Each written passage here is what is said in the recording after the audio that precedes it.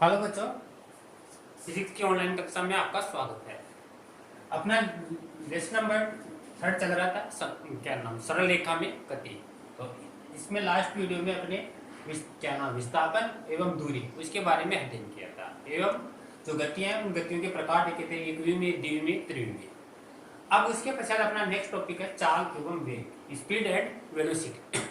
तो चाल और वेग क्या होता है इसके बारे में अपन देखेंगे, फिर इसके औसत, फिर एक समान और फिर ताक्षणिक और फिर असमान चाल एंड वेग, इसके बारे में अध्ययन करना है। तो सबसे पहले अपन देखते हैं चाल एंड वेग, दोनों में कंपेयरिंग करके अपन चलते हैं। तो चाल क्या है, चाल के बारे में देखते हैं।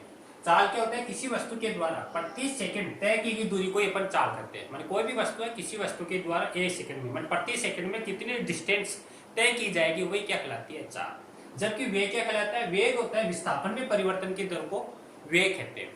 माने जैसे क्या दूरी और विस्थापन है दोनों लंबाई, लेकिन दूरी क्या है एक अदिश राशि है, जबकि विस्थापन क्या है एक सदिश राशि है। इसलिए चाल है वह दूरी पर निर्भर करती है और जबकि वेग है वह किस पर, विस्थापन पर निर्भर करती है। तो विस्थापन में परिवर्तन की दर को अपन वेग बोलेंगे और दूरी में परिवर्तन की दर को अपन क्या बोलेंगे, चाल बोलेंगे।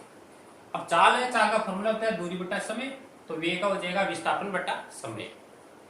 चाल है दूरी पर डिपेंड करती है, इसलिए चाल एक अदिश राशि होगी, जबकि वेग है विस्थापन पर निर्भर करती है, इसलिए वेग क्या होगा, एक सदिश राशि होगी। अदिश और सदिश में डिफरेंस यही है कि अदिश है, अदिश में कोई दिशा का ज्ञान नहीं होता, जबकि सदिश है, सदिश में अपने को दिशा का भी ज्ञान होता है। अब है जो इसका मात्रक है, मात्रक मीटर प्रति सेकंड होता है, इसका भी मीटर प्रति सेकंड। विमा है m0 l1 t की पावर 1, मान इसमें द्रव्यमान नहीं है तो m0, लंबाई है l1, तो समय है नीचे अपोन में है तो t की पावर माइनस में 1। सेम ये क्या है, वेग में m0 l1 t की पावर माइनस में 1। चाल है, चाल हमेशा पॉजिटिव होती है अर्थात धनात्मक होती है, जबकि वेग है धनात्मक, ऋणात्मक एवं शून्य हो सकता है। क्योंकि वेग है वह विस्थापन पर डिपेंड करता है, विस्थापन भी धनात्मक, ऋणात्मक, शून्य होता है, इसलिए वेग भी धनात्मक, ऋणात्मक एवं शून्य हो सकता है। इसके पश्चात अपन देखते हैं औसत चाल एवं औसत वेग। औसत का मतलब एवरेज। तो औसत किसी वस्तु के द्वारा तय की गई दूरी तथा उस दूरी को तय करने में लगे कुल समय के अनुपात को ही अपन क्या बोलते हैं, औसत चाल। मानी कोई भी वस्तु है, किसी वस्तु के द्वारा तय की गई कुल दूरी तथा उस दूरी को तय करने में लगे कुल समय के अनुपात को, रेशियो को अपन क्या बोलेंगे, औसत चाल। अर्थात औसत चाल बराबर तय की गई कुल दूरी अपॉन में उस दूरी को तय करने में लगा कुल समय अंतराल। अगर मान लो कोई वस्तु है डेल टी समय में डेल एक्स दूरी तय करती है, तो औसत चाल होगी डेल एक्स अपॉन में डेल टी। इसी प्रकार अगर अपन औसत वेग निकालें तो किसी वस्तु के द्वारा तय किया गया कुल विस्थापन तथा उस विस्थापन में तय करने में लगे समय के अनुपात को औसत वेग कहते हैं। औसत वेग बराबर कुल विस्थापन बटा कुल समय। कोई वस्तु है, किसी वस्तु के द्वारा डेल टी समय में डेल एक्स विस्थापन तय किया जाता है, तो औसत वेग क्या कहलाएगा आपका, v बार बराबर डेल एक्स अपॉन में डेल टी। जैसे t1 समय में t1 समय में x दूरी तय की जाती है और t2 समय में x2 दूरी तय की जाती है, तो औसत वेग होगा v बार बराबर x2 माइनस x1 अपॉन में t2 माइनस में t1। अभी आपने देखा था वेग क्या होता है, धनात्मक एवं ऋणात्मक एवं शून्य हो सकता है, जबकि चाल हमेशा क्या होती है, पॉजिटिव होती है। तो चाल के लिए जो कर्व है, टाइम और डिस्टेंस है, इसके बीच में कर्व खींचा जाए तो हमेशा एक स्ट्रेट लाइन आएगी, तो ये आपके हमेशा धनात्मक होगी। जबकि वेग है, वेग में क्या है, प्लस भी है माइनस भी है एंड शून्य है। तो प्लस के लिए ऊपर की ओर होगा और माइनस के लिए नीचे की ओर होगा, अर्थात इसमें जो प्रवणता वह ऋणात्मक होगी। ऋणात्मक होगी तो औसत वेग भी क्या होगा, नेगेटिव होगा। तो ये अपना था औसत चाल एवं औसत वेग। इसके पश्चात अपना नेक्स्ट है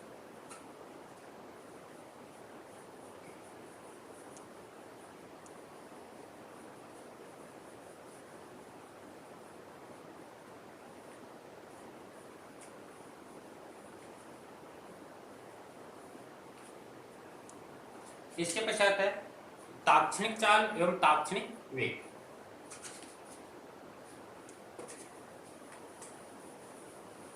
तो एक तरफ लेते हैं ताक्षणिक चाल,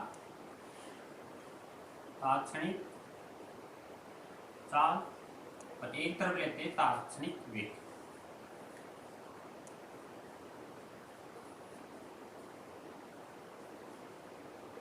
ताक्षणिक चाल क्या होती है, कोई भी वस्तु किसी वस्तु के द्वारा निश्चित समय में तय की गई चाल को अपन क्या बोलेंगे, तात्क्षणिक चाल बोलते हैं। और तात्क्षणिक वेग क्या बोलेंगे, कोई भी वस्तु है किसी वस्तु के द्वारा निश्चित समय में तय किए गए विस्थापन या वेग को अपन क्या बोलेंगे, तात्क्षणिक वेग बोलेंगे।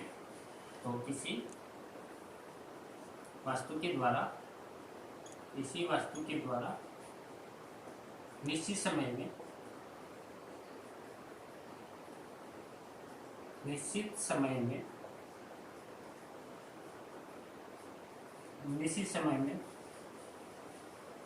तय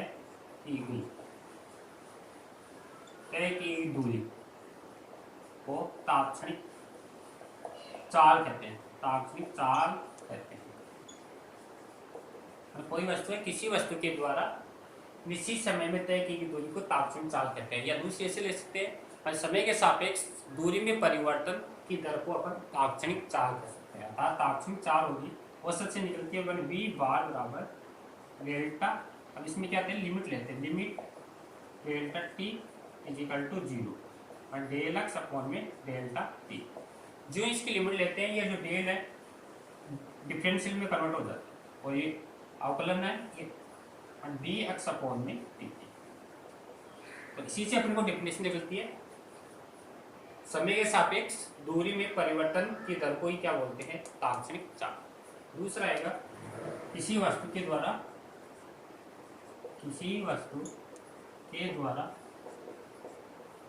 निश्चित समय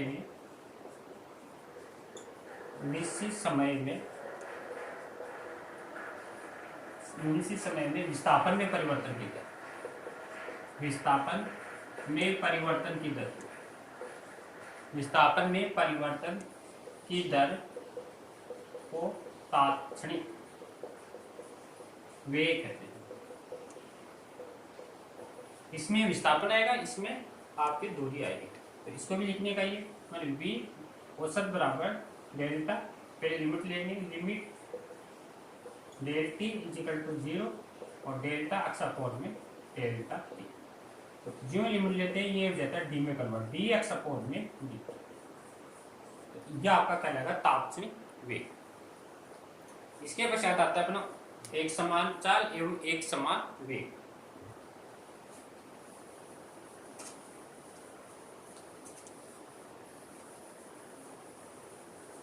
तो नेक्स्ट है एक समान वेग। एक समान, इधर एक समान चाल है और इधर एक समान वेग। एक समान चाल बोलते हैं जब कोई वस्तु है समान समय अंतराल में समान दूरी तय करती है, तो उस वस्तु की जो चाल है वह कहलाती है एक समान चाल। जब कोई वस्तु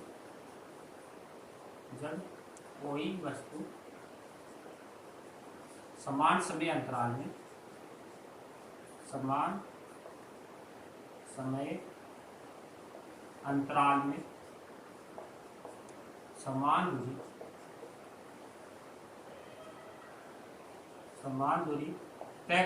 समान दूरी तय करती है तो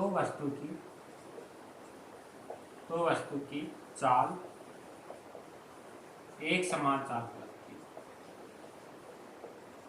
एक समान चाल कहलाती है। जब कोई वस्तु है अगर समान समय अंतराल में समान दूरी तय करती है तो वस्तु की चाल है वह क्या कहलाती है, एक समान चाल। अर्थात दूरी और समय के मध्य अगर करें पीछे, इधर अपन डिस्टेंस ले लेते हैं दूरी और इधर ले लेते हैं टाइम, तो जो जो समय बढ़ेगा तो क्या होगी, दूरी बढ़ेगी। तो इसका ग्राफ हम मूल बिंदु से चले, तो ये आपका है एक समान चाल के। दूसरा है एक समान वेग। एक समान वेग में क्या होगा, जब कोई वस्तु है समान समय अंतराल में समान विस्थापन, यहाँ दूरी ना आके समान विस्थापन होगा। जब कोई वस्तु समान समय अंतराल में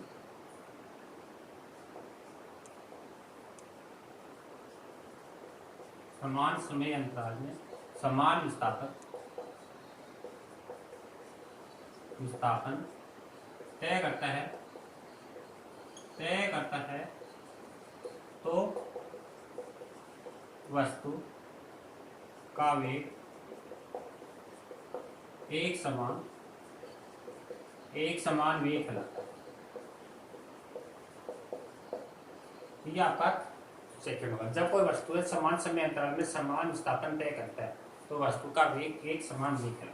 इसके लिए जो ग्राफ बनाए, तो इसके लिए जो ग्राफ है, इधर आपका टाइम आएगा, इधर विस्थापन आएगा। तो इसकी ग्राफ है इस तरीके आती है आपकी स्केल में।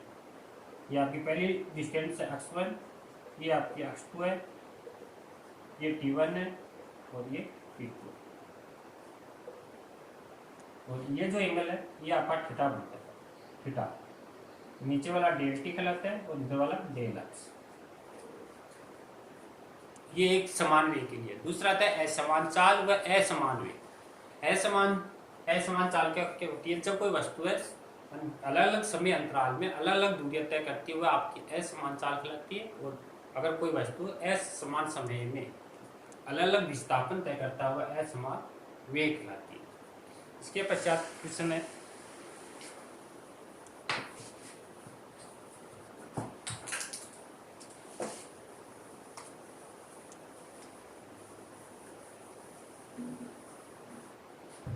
पहला क्वेश्चन है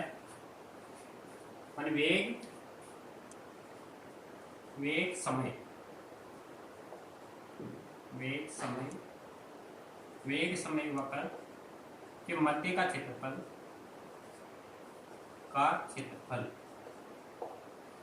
अगर वेग और समय ग्राफ खींचा जाए तो उनके जो मध्य का क्षेत्रफल है वेग हमेशा विस्थापन को प्रदर्शित करता है।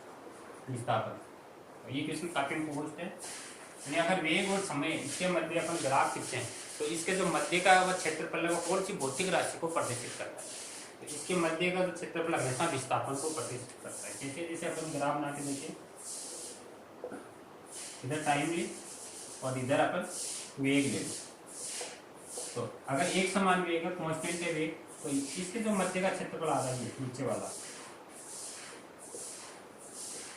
ये जो क्षेत्रफल ये हमेशा विस्थापन को प्रदर्शित करता है। कैसे करता है? वेग बराबर होता है 2 बटा समय, तो x बराबर हो जाएगा v और t। तो ये वेग है, वेग मल्टीप्लाई समय। वेग और समय इन दोनों के मध्य का क्षेत्रफल, इधर वेग हो जाएगा इधर टाइम हो, तो इन दोनों का जो मल्टीप्लिकेशन है ये हमेशा विस्थापन को प्रदर्शित करता है। तो ये आपको सेकंड है विस्थापन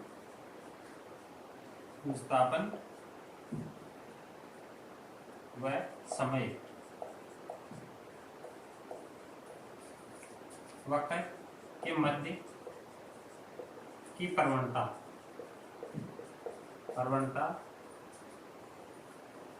वेग को प्रदर्शित करती है। दूसरा क्वेश्चन आता है विस्थापन व समय वक्र है, इसके मध्य की जो प्रवणता या ढाल वो कौन सी भौतिक राशि को प्रदर्शित करती है? तो विस्थापन व समय वक्र के मध्य की जो प्रवणता हमेशा वेग को प्रदर्शित करती है। इसको अपन कैसे देख सकते हैं? यानी एक तरफ अपन विस्थापन लेंगे, दूसरी तरफ समय लेंगे।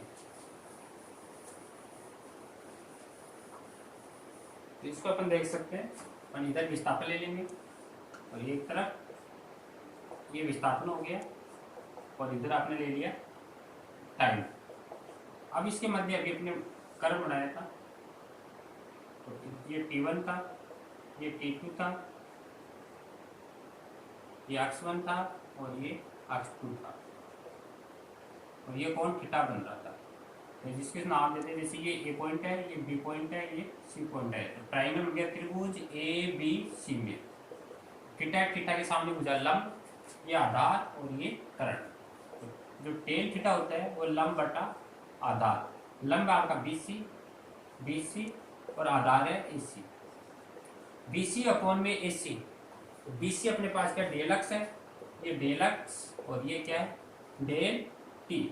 और del x upon del t क्या होता है? विस्थापन में परिवर्तन की दर को अपन क्या बोलते हैं? वेग बोलते हैं। तो टेन थीटा बराबर डेल्टा एक्स अपॉन में डेल्टा टी बराबर v। तो विस्थापन एंड समय वक्र है, इसके मध्य की प्रवणता हमेशा वेग को प्रदर्शित करती है और वेग एंड समय वक्र के मध्य का क्षेत्रफल हमेशा विस्थापन को प्रदर्शित करता है। ये दोनों काफी मोस्ट है, काफी बार पूछा जाता है। फिर इस पर आधारित न्यूमेरिकल क्वेश्चन है वो आपको सॉल्यूशन करने, और इसके बाद में जो इसके वेग या त्वरण ये ज्ञात करते हैं उसके लिए अपन को डिफरेंशियल पर आधारित क्वेश्चन देखने हैं। तो वो डिफरेंशियल पढ़ना है और इसी के बाद में अपन क्वेश्चन सॉल्यूशन करेंगे। Thank you.